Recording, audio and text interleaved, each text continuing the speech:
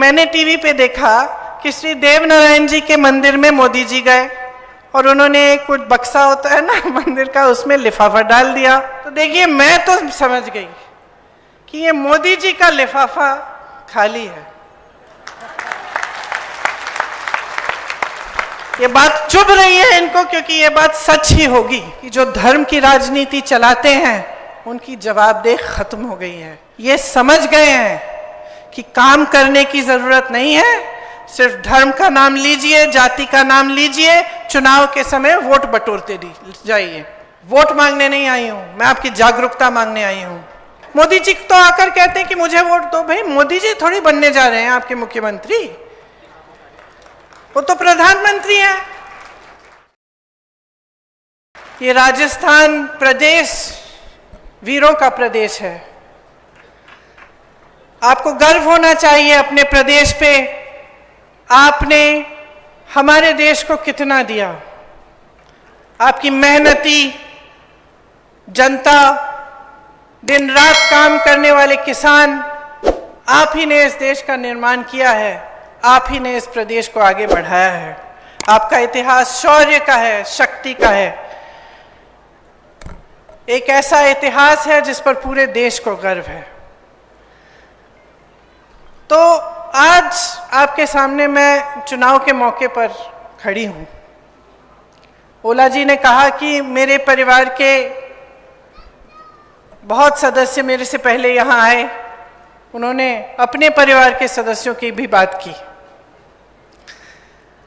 शायद पायलट जी ने आस्था की बात की कि किस तरह से झुंझुनू के लोगों ने इन नेताओं में अपनी आस्था रखी। चुनाव आता है तो हर पार्टी के लोग, हर पार्टी के नेता आते हैं, सबके भाषण सुनते हैं आप। कभी कभी मेरे मन में आता है कि सबके भाषण एक ही लगते हैं मुझे। हम उनको दोष देते हैं, वो हमें दोष देते हैं। हम कहते हैं कि वो भ्रष्ट हैं, वो कहते हैं हम भ्रष्ट हैं। हम कहते हैं कि हम सेवा करते हैं, वो कहते हैं कि वो सेवा करते हैं। तो आपको कैसे मालूम होगा कि किसकी बात सही है और किसकी नहीं है? और इस देश को चलाने के लिए, प्रदेश को चलाने के लिए आप एक नेता में या एक पार्टी में क्या उम्मीद रखते हैं, क्या चाहते हैं उससे? आपने इस बात को गहराई में, आपने इस बात के बारे में सोचा है?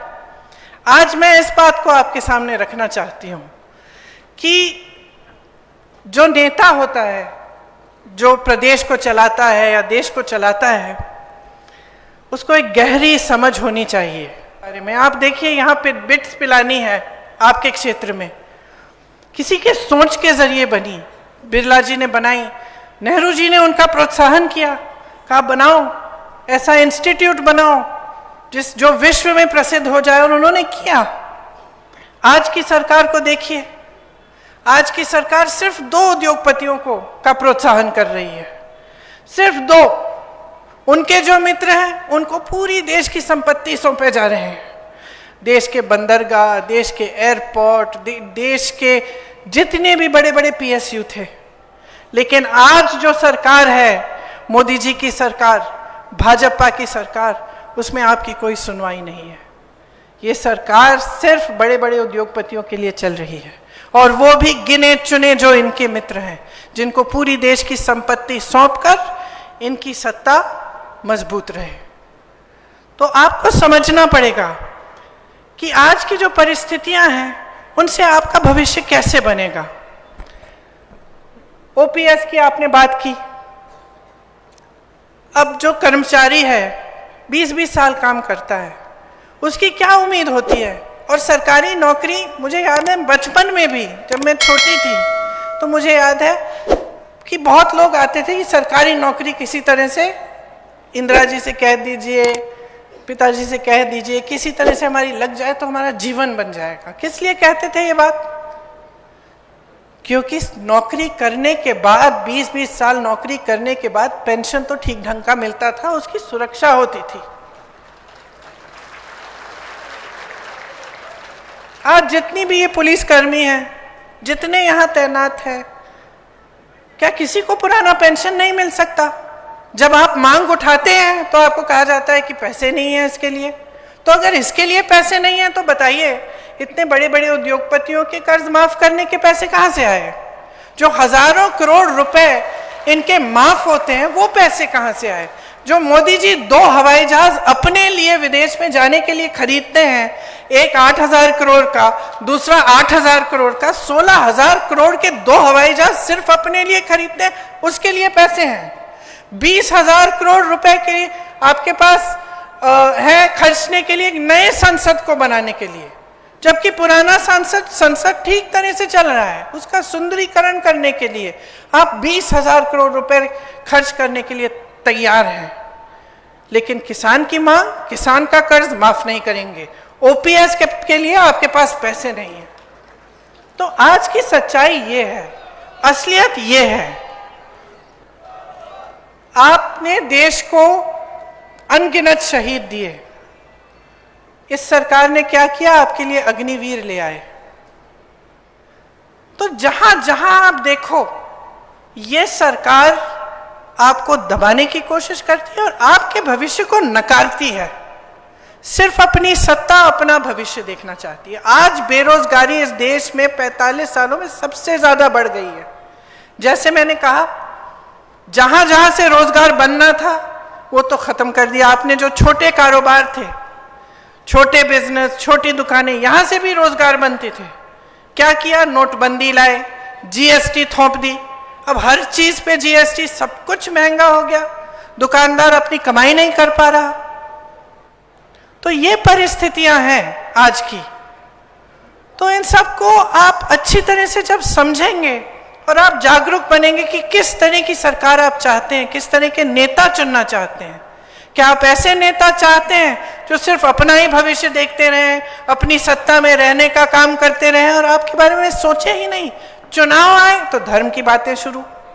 तो आपका काम है कि नहीं है, आपका दायित्व है, आपका धर्म होना चाहिए और आपका कर्तव्य है कि आप नेता को जवाबदेह बनाओ। और असलियत यह है बहनों और भाइयों कि जो धर्म की राजनीति चलाते हैं उनकी जवाबदेही खत्म हो गई है। वो समझ गए हैं कि चुनाव के समय धर्म की बात कर लो, जाति की बात कर लो, सबके जज्बात उससे जुड़े हुए हैं, सबको डरा लो, सबको कह दो कि हम धर्म की सुरक्षा नहीं करेंगे तो ऐसा हो जाएगा, वैसे हो जाएगा और वोट मिल जाएंगे। ये समझ गए हैं कि काम करने की जरूरत नहीं है, सिर्फ धर्म का नाम लीजिए, जाति का नाम लीजिए, चुनाव के समय वोट बटोरते जाइए। लेकिन इस सिलसिले को बंद करना ये आपका कर्तव्य है। जब तक आप जागरूक नहीं बनेंगे, जब तक आप ये तय नहीं करेंगे कि जो नेता है वो काम की बात करे, वो काम करके दिखाए और उसी काम के अनुभव पर आपका वोट लगेगा, तब तक ये राजनीति चलती रहेगी। और देखिए, मैं कुछ दिनों पहले सिकरई गई थी, वहां पे मैंने एक बात की, इतना भड़क गए भाजपा वाले कि मुझ पे केस भी डाल दिया उन्होंने। और मैंने बात सुनिए क्या कही थी। मैंने ये कहा था कि मैंने टीवी पे देखा, पता नहीं सच है कि नहीं, क्योंकि टीवी पे ऐसी बातें भी होती हैं जो सच नहीं है आजकल, लेकिन मैंने टीवी पे देखा कि श्री देव नारायण जी के मंदिर में मोदी जी गए और उन्होंने कुछ बक्सा होता है ना मंदिर का, उसमें लिफाफा डाल दिया।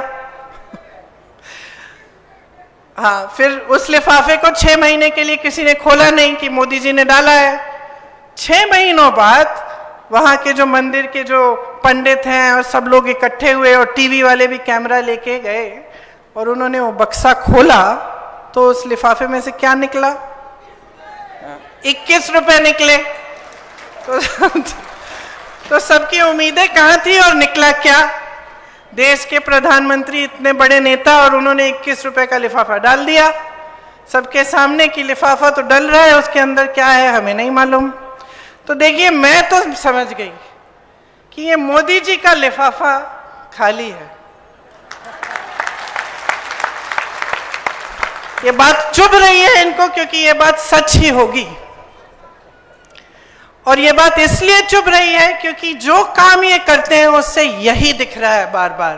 वो कहते हैं महिलाओं के लिए आरक्षण, आरक्षण कब आएगा? 10 साल बाद। बिल पास हुई अभी, आरक्षण आएगा 10 साल बाद। इसका मतलब क्या है? मोदी जी का लिफाफा खाली है। हमने जाति जनगणना की बात की, इन्होंने ओबीसी वर्ग के लिए बोला कि हम आगे बढ़ाएंगे, हम खूब काम करेंगे एससी एसटी ओबीसी के लिए। फिर जब हमने जाति जनगणना की बात की, फिर से मुंह बंद, कुछ नहीं कहते। क्यों? क्योंकि मोदी जी का लिफाफा। ईआरपीसी का वादा किया, 10 साल निकल गए, बनाया उन्होंने? नहीं बनाया ना। क्यों? क्योंकि मोदी जी का लिफाफा। देखिए, इनके सिर्फ खाली घोषणाएं हैं, खोखली घोषणाएं हैं, खाली लिफाफे हैं।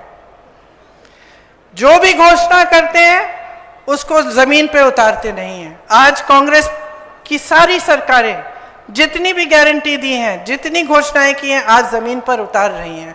छत्तीसगढ़ को देखिए, राजस्थान को देखिए, हिमाचल प्रदेश को देखिए, कर्नाटका को देखिए। और मेरी बातों पे मत जाइए, ये नौजवान बच्चे बैठे हैं, मेरी बातों पे मत जाओ, इंटरनेट पे जाओ, देखो कि कौन से प्रदेशों में कौन सी गारंटी लागू हो रही है कि नहीं।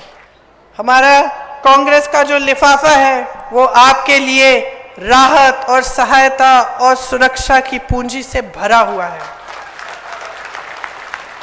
तो मैं तो कहती हूं, इनका लाभ उठाइए, अपने भविष्य को मजबूत बनाइए। आपके सामने सब कुछ है। तो मैं एक ही चीज मांगने आई हूं, वोट मांगने नहीं आई हूं, मैं आपकी जागरूकता मांगने आई हूं। मैं ये मांगने आई हूं कि अब चुनाव का समय है, समझ लो ध्यान भटकाने वाला कौन है और काम करने वाला कौन है। आज जो भाजपा की परिस्थिति है आपके प्रदेश में, अपने लोगों को समेट नहीं पा रहे हैं, खुद एक नहीं हो पा रहे हैं। वो तो ये देख रहे कि उनके कौन से वरिष्ठ नेताओं को मार्गदर्शक मंडल में डालें, खुद देख रहे हैं ना। तो आपसे वोट किस आधार पर मांग रहे हैं? मोदी जी तो आकर कहते हैं कि मुझे वोट दो। भाई, मोदी जी थोड़ी बनने जा रहे हैं आपके मुख्यमंत्री, वो तो प्रधानमंत्री हैं। तो बात समझिए, बिखरी हुई पार्टी जो आपके भविष्य को ध्यान में नहीं रख रही है, आपके पेंशन काट रही है, आपको रोजगार नहीं दे रही है, महंगाई बढ़ा रही है, और दूसरी तरफ एक पार्टी जिसके सारे नेता आपके लिए समर्पित हैं। नौजवान नेता सचिन पायलट, बुजुर्ग नेता जिनका अपार अनुभव है, जो दिन रात आपके लिए एक करते हैं, जिन्होंने देखा कि केंद्र की वजह से आप तड़प रहे हैं और एकदम आपके लिए ऐसी स्कीमें लाएं जिससे आपकी सहायता हो सकती है। तो आपके सामने एक चुनौती है, आप अपने भविष्य को चुनोगे या फिर ऐसी राजनीति को चुनोगे जो आपको भटकाया जाए और बार बार धर्म की बात, जाति की बात कर करके आपको इसी खाई में रहने देगी। वही सत्ता में रहेंगे, वही फूलेंगे फलेंगे। उनके बच्चे तो कोई यहाँ पे स्कूल में नहीं जा रहे हैं, सब बाहर जाते हैं विदेश में, बड़ी बड़ी गाड़ियां हैं उनकी, बड़े बड़े महल हैं, वो तो फूल रहे हैं, फल रहे हैं। तो आपका ध्यान कौन रखेगा? तो मैं सिर्फ इतना कहने आई हूं कि आप जागरूक बनो, सबको समझो अच्छी तरह से। वो अनुभव जिसमें इंदिरा जी की आस्था थी, वो विवेक जिसमें हम सब की आस्था है, उस विवेक को जगाओ और उसी विवेक के आधार पर, उसी अनुभव के आधार पर अपना वोट डालो। एक ऐसी सरकार चुनो जो आपके लिए काम करती रहे। और जब आप ध्यान से सोचेंगे और जब आप देखेंगे कि अलग अलग प्रदेशों में क्या हो रहा है, और आप देखेंगे कि भाजपा की नीतियां क्या है और कांग्रेस की नीतियां क्या हैं, तो मैं दावे के साथ कह सकती हूं आप सिर्फ अपना वोट कांग्रेस को दो, क्योंकि यही कांग्रेस पार्टी है जिसने आपके बच्चों की शहादत की आदर की है। मैं एक शहीद की बेटी हूं, एक शहीद की पोती हूं। मैं जानती हूं कि इसका मतलब क्या है। और मैं जानती हूं कि जितने भी परिवार हैं यहाँ झुंझुनू में, जिन्होंने अपना बेटा या अपनी बेटी इस देश को दिए, जिनके बच्चे शहीद हुए हैं, मैं जानती हूं कि आप पे क्या गुजरता होगा।